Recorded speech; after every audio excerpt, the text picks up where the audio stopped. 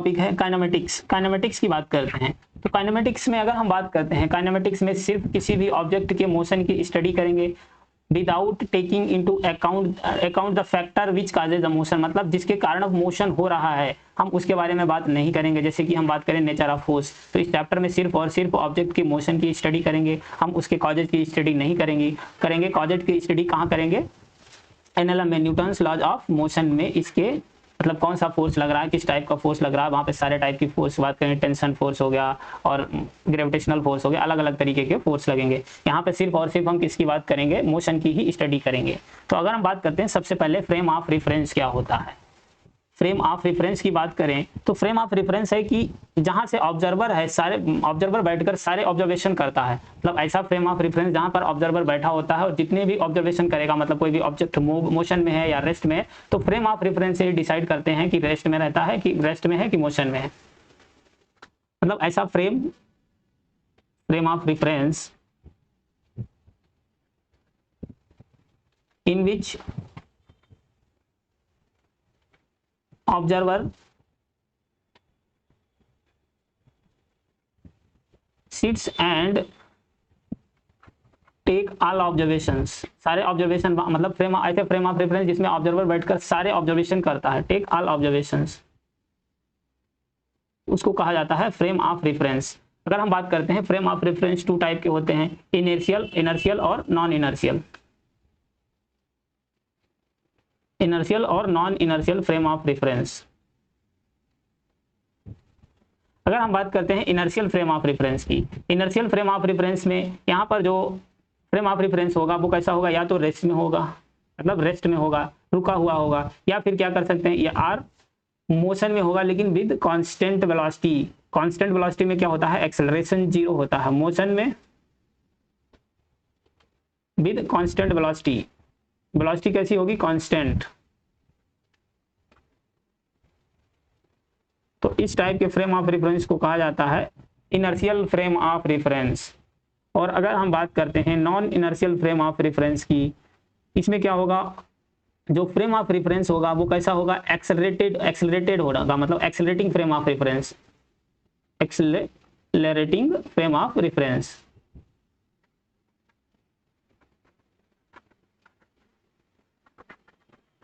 तो इसको बोला जाता है नॉन इनर्शियल फ्रेम ऑफ, मतलब यहाँ पर जो भी फ्रेम ऑफ रेफरेंस होगा वो कैसा होगा? एक्सेलरेट कर रहा होगा 2 मीटर पर सेकेंड स्क्वायर या 3 मीटर पर सेकेंड स्क्वायर, मतलब कोई भी उसके पास एक्सेलरेशन होगा। और कांस्टेंट वेलोसिटी में क्या होता है? एक्सेलरेशन 0 होता है। और अगर हम बात करते हैं मोशन और रेस्ट की, मतलब हम कैसे पता करेंगे कि कोई ऑब्जेक्ट मोशन में कब है या रेस्ट में कब है। तो मोशन की अगर बात करते हैं, मोशन का मतलब ऑब्जेक्ट, अगर हम बात करें मोशन की, मोशन में क्या होगा कि ऑब्जेक्ट की जो पोजीशन है वो टाइम के साथ चेंज होगी। Object changes position with respect to time, time के रेस्पेक्ट में उसकी पोजीशन चेंज होती जाएगी। जैसे कि अगर हम बात करें, मान लो कि ऑब्जेक्ट था, मान लो यहाँ पर कोई भी ऑब्जेक्ट बैठा था, ठीक है, ये ऑब्जेक्ट बैठा था, अब उस 1 मिनट बाद अगर हमने देखा तो ऑब्जेक्ट यहाँ पर पहुंच गया, मतलब मान लो ये उसने 2 मीटर डिस्टेंस कवर कर ली, 1 मिनट में 2 मीटर डिस्टेंस कवर कर ली। या अगले टाइम हम देख रहे, अगले 1 मिनट बाद देख रहे हैं कि ऑब्जेक्ट 2 मीटर और कवर कर रहा है, मतलब यहाँ पर पहुंच गया, मतलब टाइम चेंज हो रहा है तो उसकी पोजिशन चेंज हो रही, मतलब ऑब्जेक्ट किस में है? मोशन में है। और अगर हम बात करते हैं रेस्ट की, अब रेस्ट का मतलब कि ऑब्जेक्ट यहाँ पर है, जैसे कि अगर हम रेस्ट की बात करें, ऑब्जेक्ट का पोजीशन है वो टाइम के साथ में चेंज नहीं होती है। जैसे कि अगर हम बात करते हैं, object does not change position with respect to time, time के साथ में उसकी पोजीशन चेंज नहीं हो रही है। मतलब अगर हम बात करें कि ऑब्जेक्ट मान लो यहाँ पर ऐसे कोई यहाँ पर बैठा हुआ है, तो चाहे 1 सेकंड, 2 मिनट, 3 मिनट, 4 मिनट के बाद देखोगे ऑब्जेक्ट यहीं पर मिलेगा, मतलब क्या है? रेस्ट में है, वो जहाँ था पहले वहीं पर प्रेजेंट है, मतलब टाइम बढ़ता जा रहा है, उसकी पोजीशन चेंज नहीं हो रही है, मतलब रेस्ट में है। अब बात करते हैं डिस्टेंस और डिस्प्लेसमेंट की। तो अगर हम बात करें डिस्टेंस और डिस्प्लेसमेंट की, तो सबसे पहले बात करते हैं डिस्टेंस की। बात करें डिस्टेंस की, डिस्टेंस को क्या कहा जाता है, पाथ लेंथ भी कहते हैं, मतलब उसके पाथ की लेंथ, पाथ लेंथ। तो अगर हम बात करें डिस्टेंस की, तो डिस्टेंस एक तो कैसी क्वांटिटी होती है, स्केलर क्वांटिटी, और स्केलर क्वांटिटी की अगर हम बात करें यहाँ पर सिर्फ और मैग्नीट्यूड वाइज बात करेंगे, डायरेक्शन को स्पेसिफाई नहीं करेंगे। वेक्टर क्वांटिटी में क्या होता है, मैग्नीट्यूड प्लस डायरेक्शन, लेकिन स्केलर क्वांटिटी में only and only magnitude wise बात करेंगे। तो डिस्टेंस को पाथ लेंथ भी कहा जाता है या स्केलर, और ये कैसी स्केलर क्वांटिटी होती है, स्केलर का मतलब only and only magnitude wise बात करेंगे। जैसे कि अगर हम बात करते हैं, मान लो ये पॉइंट ए है, ठीक है, अब यहाँ से कोई बॉडी मूव कर रही है और वो पॉइंट बी पर जा रही है, ठीक है, पॉइंट बी पर जा रही है, उसके बाद वापस ये पॉइंट सी है और वापस पॉइंट सी पर आ रही है। तो ए से लेकर बी तक की ये जो टोटल डिस्टेंस हमने मान ली कि 100 मीटर है। ये कितनी है, 100 मीटर है। और यहाँ की अगर हम डिस्टेंस मान ले रहे हैं कि ये 30 मीटर है, ठीक है। अब हमें बताना है कि इसकी डिस्टेंस कितनी होगी। डिस्टेंस क्या है, पाथ लेंथ, मतलब हमें टोटल लेंथ देखनी है। पाथ लेंथ मतलब कितना ऑब्जेक्ट, अगर हम बात करें कोई भी ऑब्जेक्ट यहाँ से अगर हम इसकी डिस्टेंस बताते हैं कि डिस्टेंस कितनी कवर की है, तो कितना 100 गया, 100 प्लस 100 और उसके बाद 30 वापस आया, मतलब प्लस 30, तो ये क्या हो गया 130 मीटर, मतलब ये इसकी डिस्टेंस हो गई। तो डिस्टेंस की अगर बात करें, डिस्टेंस हमेशा पॉजिटिव होगी, मतलब इसकी निगेटिव, और अगर कोई ऑब्जेक्ट है मोशन में है तो डिस्टेंस कभी भी जीरो नहीं होगी, मतलब निगेटिव नहीं होगी, और जीरो मतलब कभी भी जीरो भी नहीं हो सकती है। अगर रेस्ट में है ऑब्जेक्ट तब तो उसकी डिस्टेंस जीरो होगी, मतलब रेस्ट में है, अब मोशन में है ही नहीं, ऑब्जेक्ट मूव ही नहीं कर रहा, मतलब डिस्टेंस जीरो होगी। लेकिन जब अगर ऑब्जेक्ट मोशन में, मोशन किया है अगर उसने, तो उसकी डिस्टेंस जीरो नहीं होगी। तो हम कह सकते हैं कि ऑलवेज कैसी होगी, always positive, always positive distance मिलेगी। अगर हम बात करते हैं डिस्प्लेसमेंट की, डिस्प्लेसमेंट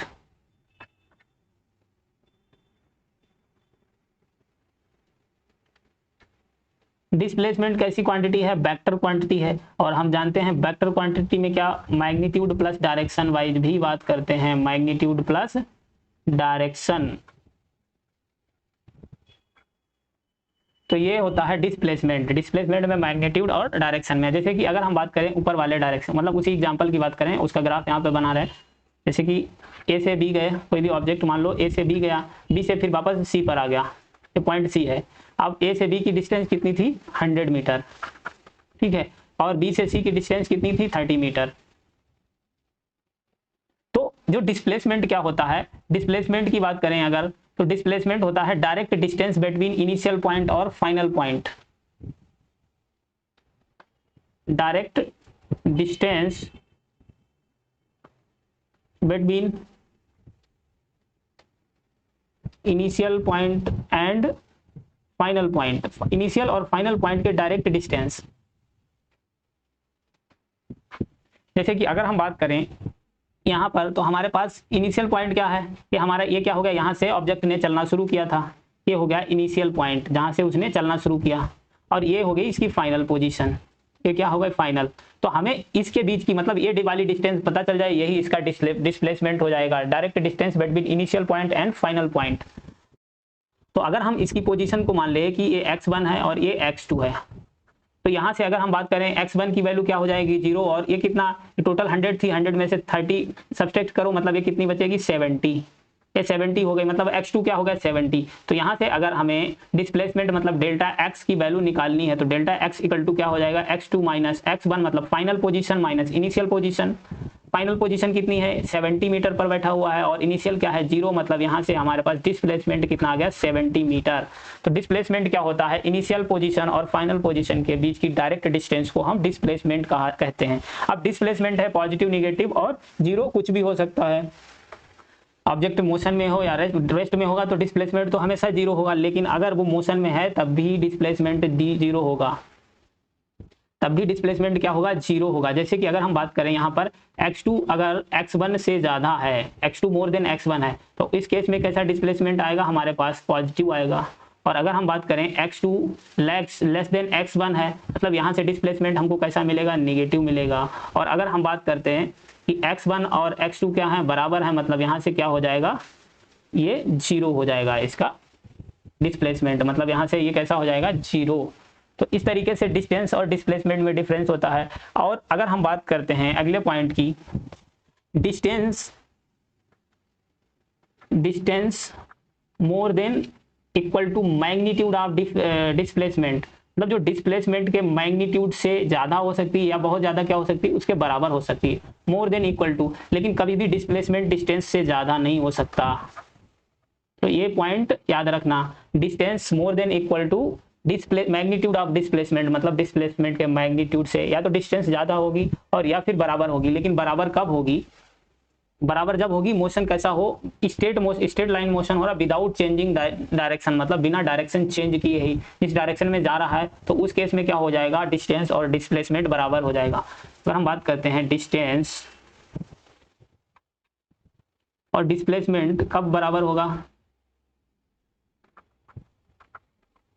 उसके लिए कंडीशन ये है कि ऑब्जेक्ट, कोई भी ऑब्जेक्ट है, object move in straight line, straight line में मोशन कर रहा है, move in straight line without changing direction, मतलब अपने डायरेक्शन को चेंज नहीं कर रहा, विदाउट चेंजिंग डायरेक्शन, तो उस केस में डिस्टेंस और डिस्प्लेसमेंट बराबर होगा। और अगर डायरेक्शन चेंज कर ली मतलब डिस्टेंस मोर देन डिस्प्लेसमेंट के बराबर हो जाए, मतलब वो ज्यादा हो जाएगी डिस्टेंस, लेकिन डिस्प्लेसमेंट कभी भी ज्यादा नहीं हो सकता है। अब बात करते हैं हम एग्जांपल से। पहला क्वेश्चन है कि जैसे कि हमारे पास क्वेश्चन है कि एक पार्टिकल है मूव कर रहा है सर्कुलर पाथ पर, जिसकी रेडियस कितनी है, r है, कंप्लीट 1 रिवोल्यूशन इन 40 सेकेंड, मतलब 40 सेकेंड में वो एक चक्कर कंप्लीट कर लेता है। तो हमें बताना है डिस्टेंस और डिस्प्लेसमेंट बताना है इन 2 मिनट 20 सेकेंड, 2 मिनट 20 सेकेंड में उसका डिस्प्लेसमेंट और डिस्टेंस क्या होगा। तो अगर हम बात करते हैं 1 रिवोल्यूशन की, जैसे कि अगर हमारे पास मान लो ये क्या है, कोई सर्कुलर पाथ है, ठीक है, अब मान लो यहाँ पर कोई भी ऑब्जेक्ट यहाँ पर था, उसने चलना शुरू किया, मतलब रिवॉल्व कर रहा है, ठीक है, उसने रिवोल्यूशन शुरू किया, अब रिवॉल्व कर रहा है, उसके बाद में और एक रिवोल्यूशन कितना कंप्लीट कर रहा है, 40 सेकेंड में। और अगर हम बात करें डिस्टेंस की, अगर हम बात करें डिस्टेंस की, तो 1 रिवोल्यूशन में कोई भी पार्टिकल है 1 रिवोल्यूशन में कितनी डिस्टेंस कवर कर लेता है, 2 पाई आर के बराबर, 2 पाई आर के बराबर डिस्टेंस कवर करेगा कितने, 1 रिवोल्यूशन में। एक तो हो गई इसकी डिस्टेंस, लेकिन 1 रिवोल्यूशन में डिस्प्लेसमेंट क्या हो जाएगा, 1 रिवोल्यूशन में डिस्प्लेसमेंट उसका 0 हो जाएगा, मतलब यहाँ पर इनिशियल पोजीशन फाइनल पोजीशन क्या हो गई, कोइंसाइड कर गई, मतलब जहां पर इनिशियल और फाइनल, मतलब यहाँ पर अगर हम बात करें जैसे कि 1 रिवोल्यूशन में इनिशियल क्या थी, x1 थी, और वो क्या था 0 पर था, और फाइनल भी क्या x2 भी क्या हो गई 0 पर आ गई, मतलब जहां पर था वहीं पर घूमकर वापस आ गया। तो इस केस में क्या हो जाएगा, डिस्प्लेसमेंट 0 हो जाएगा। तो एक रिवोल्यूशन के बाद में उसका जो डिस्प्लेसमेंट है वो 0 हो जाएगा, लेकिन डिस्टेंस कितनी हो जाएगी, 2 पाई आर के बराबर, और जो कितना 40 सेकंड में 40 सेकंड में कंप्लीट कर रहा है। अब क्वेश्चन में पूछा गया 2 मिनट 20 सेकंड में कितनी डिस्टेंस कवर करेगा और कितना डिस्प्लेसमेंट कवर करेगा, और इसकी जो हमें रेडियस दे रखी है वो कितनी दे रखी है, आर के बराबर। जो सर्कुलेटिंग जो पाथ है उसका, जो सर्कुलेटिंग पाथ है जिस पर सर्कुलेट कर रहा है, सर्कुलर पाथ है, उसकी रेडियस क्या है, आर। आर रेडियस के सर्कुलर पाथ पर कोई भी बॉडी पार्टिकल है वो रोटेट कर रहा है। तो यहाँ से अगर हम बात करते हैं 2 मिनट का मतलब क्या होता है, 1 मिनट में 60 सेकंड होते हैं, मतलब 2 मिनट 60 प्लस 20 सेकेंड, मतलब कितना हो गया ये 120 प्लस 20 मतलब 140 सेकेंड, ये हमारे पास आ गया टोटल टाइम। तो टाइम कितना आ गया 140 सेकेंड, 140 सेकेंड। अब हम क्वेश्चन में दिया गया है कि 40 सेकेंड में वो क्या कर रहा है, 40 सेकेंड में एक रिवोल्यूशन कर रहा है, एक रिवोल्यूशन कर रहा है, तो 140 में कितना करेगा, 140 में कितने रिवोल्यूशन करेगा। तो यहाँ से अगर देख लो कि 140 में कितना रिवोल्यूशन करता है, 140 का मतलब अगर हम बात करें 40 इंटू 3, तो ये कितना हो जाएगा 120, मतलब 120 सेकेंड में कितने रिवोल्यूशन करेगा, 3 रिवोल्यूशन के 120 सेकेंड में। और उसके बाद 100 मतलब 20 सेकेंड और बचा। अब 20 सेकेंड का मतलब 20 सेकेंड में कितना, आधा रिवोल्यूशन कंप्लीट कर लेगा, 20 सेकेंड में कितना करेगा, आधा रिवोल्यूशन। तो इधर 3 मतलब 3/2 रिवोल्यूशन कंप्लीट करेगा, 3/2 रिवोल्यूशन कंप्लीट करेगा कितने में, 140 सेकेंड में। अब हम जानते हैं एक रिवोल्यूशन कितना डिस्टेंस कवर करता है, 2 पाई के आर के बराबर। तो 3/2 में कितना कवर करेगा, 2 पाई आर इंटू 3/2, 2 से 2 कैंसिल हो गया, मतलब कितना कवर कर रहा है, 1 मिनट, 3/2 कितने कवर, सॉरी 3/2 थोड़ी, यहाँ से गड़बड़ हो गया यार, 3 revolution plus half revolution, 3 revolution plus half revolution. अगर हम बात करें 3 में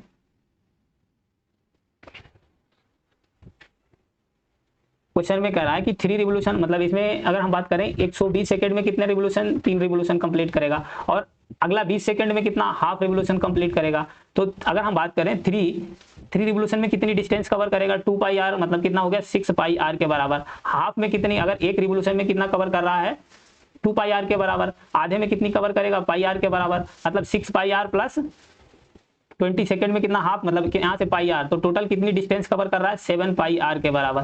तो ये तो आ गई डिस्टेंस 7 पाई आर के बराबर। अब अगर हम बात करते हैं, जैसे कि मान लो ये सर्कुलर पाथ है, ठीक है, अब यहाँ पर ऑब्जेक्ट था, अब 3 रिवोल्यूशन कंप्लीट करने के बाद में भी तो यहीं पर आ जाएगा, ए पर वापस आ जाएगा 3 रिवोल्यूशन कंप्लीट करने के बाद। 3 रिवोल्यूशन कंप्लीट करने के बाद फिर वापस ए पर आ जाएगा, मतलब यहाँ पर इसका डिस्प्लेसमेंट क्या हो जाएगा, 0। डिस्प्लेसमेंट क्या हो जाएगा, 0। और आधा रिवोल्यूशन और कंप्लीट करेगा, क्योंकि 3 + 1/2 मतलब आधा रिवोल्यूशन और कंप्लीट करेगा, उसके बाद में आधा, मतलब यहाँ पर पहुंच गया। अब हमें डिस्प्लेसमेंट बताना है। डिस्प्लेसमेंट क्या होता है, इनिशियल पोजीशन और फाइनल पोजीशन के बीच की डायरेक्ट डिस्टेंस। तो ये इसकी रेडियस कितनी है, r है, मतलब ये भी r होगी। तो ये इसके और इसके बीच की डायरेक्ट डिस्टेंस, मतलब ये वाली डिस्टेंस कितनी हो जाएगी, r + r। तो डिस्प्लेसमेंट कितना आ जाएगा, इसका डिस्प्लेसमेंट आ जाएगा 2r के बराबर। तो ये इसका डिस्प्लेसमेंट हो गया। डिस्टेंस कैसे कैलकुलेट करनी है, क्योंकि हमें टाइम दे रखा है 2 minute 20 second. 2 minute 20 second, 2 minute मतलब कितने, 140 सेकंड हो गए। 40 सेकंड में एक रिवोल्यूशन कंप्लीट करता है। अब अगर हम बात करें तो 3 रिवोल्यूशन कितने, 120 सेकंड में कंप्लीट करेगा। अगला 20 सेकंड बचा है, मतलब उसमें हाफ रिवोल्यूशन कंप्लीट कर लेगा। और अगर हम बात करते हैं एक रिवोल्यूशन में कितनी डिस्टेंस कवर करता है, 2 पाई आर के बराबर। तो 3 में कितनी करेगा, 6 पाई आर के बराबर, और हाफ में कितनी करेगा, तब पाई आर के बराबर, मतलब 6 पाई आर प्लस पाई आर कितना, 7 पाई आर। तो 7 पाई आर कितने डिस्टेंस कवर कर लेगा, ये डिस्टेंस होगा इसकी 140 सेकंड में। डिस्प्लेसमेंट कितना हो जाएगा, 2r, क्योंकि इनिशियल पोजीशन और फाइनल पोजीशन के बीच की डायरेक्ट डिस्टेंस को ही डिस्प्लेसमेंट कहा जाता है। तो डिस्प्लेसमेंट तो 2r आ गया, डिस्टेंस कितनी आ गई, 7 पाई आर। अब बात करते हैं, नेक्स्ट क्वेश्चन है, अगला क्वेश्चन है कि a man moves 4 metre along east direction, then 3 metre along north direction, and after it he climbs up a pole to height 12 meter. Find the distance covered by him and his displacement. मतलब distance और displacement दोनों बताने हैं। तो अगर हम बात करते हैं, मान लो ये क्या हो गया, ईस्ट डायरेक्शन, ये वेस्ट डायरेक्शन, नॉर्थ डायरेक्शन और साउथ डायरेक्शन। पहले क्वेश्चन में कह रहा है कि जो ऑब्जेक्ट है, मैन है, 4 मीटर किधर जा रहा है, ईस्ट डायरेक्शन, मतलब ये 4 मीटर इधर गया, ठीक है। उसके बाद में कहा गया है 4 मीटर ईस्ट जाने के बाद में टर्न कर जाता है नॉर्थ की तरफ और 3 मीटर चला जाता है। तो ये नॉर्थ डायरेक्शन में टर्न कर गया और 3 मीटर इधर चला गया, ठीक है। उसके बाद में कहा गया कि क्लाइंब अप, मतलब अपवर्ड डायरेक्शन में जा रहा है। तो यहाँ पर आने के बाद वो किधर जा रहा है, अप डायरेक्शन में, मतलब यहाँ पर 3D मोशन हो गया, तो उसको दिखाना थोड़ा वैसा है। तो यहाँ पे हम अप लिखे दे रहे हैं, अप कितना गया, 12 मीटर। तो अगर हम बात करते हैं यहाँ पर डिस्टेंस की, तो डिस्टेंस क्या होता है, पाथ लेंथ, मतलब अगर यहाँ से हमें डिस्टेंस बतानी है, डिस्टेंस क्या हो जाएगी, जितना टोटल जितना पाथ लेंथ है उसकी वही डिस्टेंस हो जाएगी। डिस्टेंस तो हमारे पास कितनी हो गई, 3 ईस्ट में गया प्लस, और सॉरी 4 ईस्ट में गया, 3 किधर गया, नॉर्थ में गया, और प्लस 12 किधर गया, अप गया। मतलब यहाँ से हमारे पास डिस्टेंस कितनी आ गई, 3 + 3, सॉरी 3 ये 4 था, 4 + 3 + 12, मतलब कितना आ जाएगा, 19 मीटर। ये तो आ गई हमारे पास डिस्टेंस। अब हम बात करते हैं डिस्प्लेसमेंट की। तो अगर हम बात करते हैं, पहले इसमें क्या करते हैं कि जो पार्टिकल कहाँ से, पहले यहाँ से डायग्राम बनाते हैं। मान लो ये पॉइंट था, ठीक है, ये इसकी इनिशियल पोजीशन थी, यहाँ से कितना गया, 4 मीटर ईस्ट में गया, उसके बाद 3 मीटर किधर गया, यहाँ से 3 मीटर गया है नॉर्थ डायरेक्शन में। तो हम पहले क्या करते हैं, ये वाली डिस्टेंस कैलकुलेट कर लेते हैं। यहाँ की ये डायरेक्ट डिस्टेंस ये कितनी आ जाएगी हमारे पास, ये 3 है और ये 4 है, तो यहाँ से हम ये निकाल लेंगे, 5 आ जाएगी भाई, पाइथागोरस थ्योरम लगा के। तो ये क्या हो जाएगा, 3 का स्क्वायर प्लस 4 का स्क्वायर, रूट लगा देंगे, और यहाँ से हमारे पास मान लो ये r है, रिजल्टेंट इसका निकालना है, r है, तो ये कितना आ जाएगा, 9 हो गया, और ये 16 हो गया, मतलब √25 हो गया, मतलब इसको 5 का स्क्वायर हो जाएगा, स्क्वायर लिख देंगे, मतलब 5 बाहर आ जाएगा, ये आ जाएगा 5। तो ये हमारे पास 5 आ गई। अब क्वेश्चन कह रहा है कि यहाँ पर उसके बाद उसने क्या, 12 मीटर अप मूव किया, 12 मीटर किधर गया, अप मूव किया। तो अब हम क्या करते हैं, इस डायग्राम को इस तरीके से बनाते हैं। तो जैसे कि ये थी इसकी इनिशियल पोजीशन, अब हम 5 वाली लाइन को यहाँ से एक्सप्रेस कर रहे हैं, जो येलो लाइन है, मतलब ये वाली, ठीक है, ये 5 हो गई, ठीक है। उसके बाद ये इधर कितना गया था, अपवर्ड, तो ये किसको, ये लाइन रिप्रेजेंट कर रही अप डायरेक्शन को, अपवर्ड डायरेक्शन को, और ये कितना था, 12। अब हम क्या करते हैं, यहाँ से ये डिस्टेंस कैलकुलेट कर लेते हैं, ये वाली डिस्टेंस, और यही डिस्टेंस कैलकुलेट कर लेंगे, यही तो डायरेक्ट डिस्टेंस हो गई। ये है इनिशियल पॉइंट और ये है फाइनल पॉइंट, यही फाइनली तो अब गया था 12 मीटर, मतलब ये हो गया फाइनल। तो हमें यही तो बताना है, इनिशियल डिस्प्लेसमेंट बताना है। डिस्प्लेसमेंट का मतलब डायरेक्ट डिस्टेंस बिटवीन इनिशियल और फाइनल पोजीशन के बीच की डायरेक्ट डिस्टेंस, मतलब ये हमारे पास आ जाएगी डायरेक्ट डिस्टेंस, ये वाली कैलकुलेट हो जाएगी, मतलब यही हमारा आंसर हो जाएगा। अब ये ऐसे निकाल लेंगे भाई पाइथागोरस थ्योरम लगा के, मतलब ये मान लो हमारे पास ये डिस्प्लेसमेंट आ गया, तो डिस्प्लेसमेंट क्या कैसे कैलकुलेट करोगे, डिस्प्लेसमेंट यहाँ से इसका 12 का स्क्वायर रूट लगा के 12 का स्क्वायर प्लस 5 का स्क्वायर, तो 12 का स्क्वायर कितना होता है 144, 5 का स्क्वायर 25, ये कितना हो जाएगा 169 रूट के अंदर, और ये किसका 13 का स्क्वायर होता है, मतलब 13 बाहर आ जाएगा। तो यहाँ से हमारे पास डिस्प्लेसमेंट कितना आ गया 13 मीटर, और डिस्टेंस कितनी आई थी 19 मीटर। तो डिस्प्लेसमेंट और डिस्टेंस क्या होता है, डायरेक्ट डिस्प्लेसमेंट होता है डायरेक्ट डिस्टेंस बिटवीन इनिशियल और फाइनल पोजीशन के बीच की डायरेक्ट डिस्टेंस। और डिस्टेंस क्या होता है पाथ लेंथ, मतलब जितना उसके पाथ की लेंथ होगी टोटल ऐड कर देंगे तो हमेशा पाथ लेंथ कैसी आएगी, पॉजिटिव ही मिलेगी। उसके बाद बात करते हैं हम, अगर अगला क्वेश्चन है, नेक्स्ट क्वेश्चन है, ये body moves along the curved path of quarter circle. कोई बॉडी है मूव कर रही कर्व्ड पाथ पर, क्वार्टर सर्कल का मतलब है 1/4 of part of circle. Calculate the ratio of distance और डिस्प्लेसमेंट का रेशियो कैलकुलेट करना है हमको। तो अगर हम बात करें जैसे कि एक सर्कल, अगर मान लो कोई भी बॉडी थी वो एक सर्कल कंप्लीट करती, एक सर्कल मतलब एक रिवोल्यूशन, एक 1 रिवोल्यूशन कंप्लीट करने में वो कितनी डिस्टेंस कवर करता है 2 पाई आर के बराबर, ठीक है। 1 रिवोल्यूशन में कितनी डिस्टेंस कवर करता है 2 पाई आर के बराबर। तो 1/4 में कितनी कवर करेगा, 1/4 में कवर करेगा 2 पाई आर इंटू 1/4, मतलब ये कितना आ जाएगा, ये 2 2 जा 4, मतलब पाई आर डिवाइडेड बाई 2। तो ये क्या हो गई, इसकी डिस्टेंस हो गई। 1/4 सर्कल में डिस्टेंस कितनी कवर कर रहा है, पाई आर डिवाइडेड बाई 2। अब हम बात करते हैं डिस्प्लेसमेंट की। डिस्प्लेसमेंट की बात करते हैं, मान लो ये सर्कल है, ठीक है, कोई भी पार्टिकल था यहाँ से चलना शुरू किया, ठीक है। 1/4 का मतलब है वो यहाँ पर पहुंचेगा अपने सर्कल का, मान लो इसकी रेडियस क्या है r है। अब रेडियस r है तो इसका 1/4, तो कंप्लीट सर्कल का 1/4 पार्ट। तो अगर हम बात करते हैं इसकी रेडियस r है, मतलब ये भी r होगा, ये भी r होगा, तो यहाँ पर डिस्प्लेसमेंट क्या हो जाएगा, ये वाली डायरेक्ट डिस्टेंस, ये इसके इनिशियल पोजीशन, और ये क्या है इनिशियल हो गई, ठीक है, और ये हो गई फाइनल। तो हमें डिस्प्लेसमेंट बताना है। डिस्प्लेसमेंट क्या होता है, इनिशियल और फाइनल पोजीशन के बीच की डायरेक्ट डिस्टेंस, मतलब ये डिस्टेंस अगर हम निकाल लेते हैं तो यहाँ से हमारे पास क्या आ जाएगा, इसका डिस्प्लेसमेंट आ जाएगा। तो यहाँ पर हमें ट्राइंगल मिल गया, तो ये ट्राइंगल मिल गया है, देखो ये r है, ये भी r है, ये वैल्यू हमको निकालनी है, मतलब हम यहाँ से मान लो इसको हम मान लेते हैं s मान लिया, कुछ भी मान लो, तो s मान लिया, s निकालना है तो यहाँ से क्या हो जाएगा रूट r का स्क्वायर प्लस r का स्क्वायर, तो ये क्या हो जाएगा रूट 2r का स्क्वायर। तो इसको रूट के बाहर निकालोगे मतलब ये क्या आ जाएगा r√2। तो ये हमारे पास आ गया डिस्प्लेसमेंट। डिस्प्लेसमेंट कितना आ गया, ये इसको डिस्प्लेसमेंट लिख दो, डिस्प्लेसमेंट कितना आ गया r√2। अब हमें रेशियो बताना है डिस्टेंस और डिस्प्लेसमेंट का, डिस्टेंस और डिस्प्लेसमेंट का रेशियो। तो अगर हम यहाँ से बात करते हैं, इसी यहीं पे लिख दे रहे हैं, इसका ऊपर लिख दे रहे हैं, मतलब ये distance divided by displacement, distance divided by displacement का रेशियो। डिस्टेंस कितना आई हमारे पास पाई r डिवाइडेड बाई 2, और डिस्प्लेसमेंट कितना आया है r√2, r से r क्या हो जाएगा कैंसिल हो जाएगा, 2 नीचे आ जाएगा, मतलब क्या हो जाएगा पाई डिवाइडेड बाई 2√2। उसके बाद में पाई की वैल्यू कितनी होती है 22 डिवाइडेड बाई 7, और नीचे 2√2 आ जाएगा, तो 2 ये कितना हो जाएगा 11, मतलब ये आ जाएगा 11 डिवाइडेड बाई 7√2, मतलब 11:7√2, ये हमारा आंसर आ जाएगा। मतलब कौन सा ऑप्शन आ जाएगा 11:7√2, मतलब थर्ड ऑप्शन करेक्ट हो जाएगा। इस तरीके से डिस्प्लेसमेंट और डिस्टेंस कैलकुलेट करते हैं।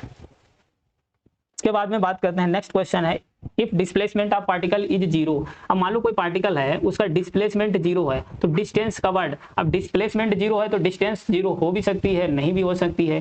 मतलब अगर ऑब्जेक्ट रेस्ट में होगा तो क्या होगा, रेस्ट में है, अगर ऑब्जेक्ट क्या है रेस्ट में है तो रेस्ट के केस में क्या होगा, डिस्टेंस और डिस्प्लेसमेंट दोनों ही 0 होंगे, दोनों ही 0 होंगे। लेकिन अगर ऑब्जेक्ट मोशन में है तो मोशन में डिस्प्लेसमेंट 0 हो सकता है, मतलब डिस्प्लेसमेंट 0 हो सकता है लेकिन डिस्टेंस थोड़ी 0 हो सकती है। मोशन में डिस्प्लेसमेंट 0 हो सकता है, लेकिन डिस्टेंस की बात करें तो डिस्टेंस 0 नहीं होगी, नॉट इक्वल टू 0। तो यही क्वेश्चन कह रहा है कि डिस्प्लेसमेंट ऑफ पार्टिकल, अगर पार्टिकल का डिस्प्लेसमेंट जीरो है तो डिस्टेंस जीरो नहीं, मतलब डिस्टेंस जीरो हो भी सकती है और नहीं भी हो सकती है। जीरो कब होगी, अगर स्पेसिफाई कर दिया होता है कि रेस्ट में है तो रेस्ट में है मतलब डिस्टेंस डिस्प्लेसमेंट भी जीरो होगा, डिस्टेंस भी जीरो होगा, लेकिन अगर मोशन में है तो डिस्टेंस जीरो नहीं हो सकती। तो कौन सा ऑप्शन करेक्ट हो जाएगा, may or may not be zero, मतलब डिस्टेंस जीरो हो भी सकती है और नहीं भी हो सकती है। नेक्स्ट क्वेश्चन है कि if the distance covered is zero, अगर आप कह रहा है कि पहले क्या था डिस्प्लेसमेंट जीरो था, आप क्वेश्चन कह रहा है कि डिस्टेंस कवर्ड जीरो, तब डिस्प्लेसमेंट क्या होगा। जब डिस्टेंस ही जीरो है तो डिस्प्लेसमेंट तो जीरो होगा ही होगा।